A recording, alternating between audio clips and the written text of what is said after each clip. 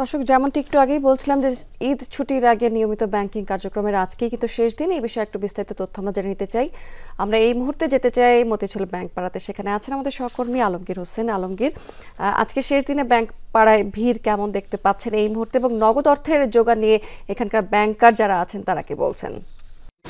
টানা 9 দিন ছুটি থেকে তার আগে আসলে আজ শেষ ব্যাংকিং, যে কারণে ব্যাংকে কিন্তু উপচে পড়া ভিড়। আমি মতিঝিলে বেশ কয়েকটি ব্যাংক ঘুরে দেখেছি, প্রতিটি ব্যাংকে আসলে দেখেছি উপচে পড়া ভিড় রয়েছে এবং অনেকেই আসলে যেহেতু দীর্ঘদিন বন্ধ শুরু হচ্ছে, অনেকেই টাকা তুলতে এসেছেন। আবার অনেকেই যারা ব্যবসা বাণিজ্য করেন টাকার নিরাপত্তার স্বার্থে অনেকেই জমা দিতে এসেছেন, রেমিটেন্সের টাকা উঠাচ্ছেন, সঞ্চয়পত্র ভাঙছেন, যে কারণে আসলে প্রচুর ভিড়।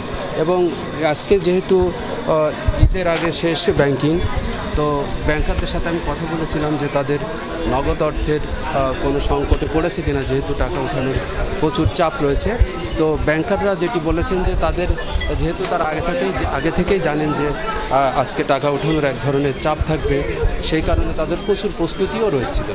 প্রস্তুতি থাকার কারণে আসলে নগদ টাকার ওই অর্থে কোনো সংকটে পড়েনি। আবার টাকা ওঠানোর পাশাপাশি যেহেতু টাকা জমা হচ্ছে, সেই টাকাটা তারা আবার রিসাইকেল করতে পারছেন, যে কারণে নগদ টাকার আসলে কোনো সংকট আজকে হয়নি। আরেকটা বিষয়, আপনি জানেন যে এবার যেহেতু নতুন টাকা দেওয়া হচ্ছে না, কিন্তু নতুন টাকার অনেক চাহিদা আছে।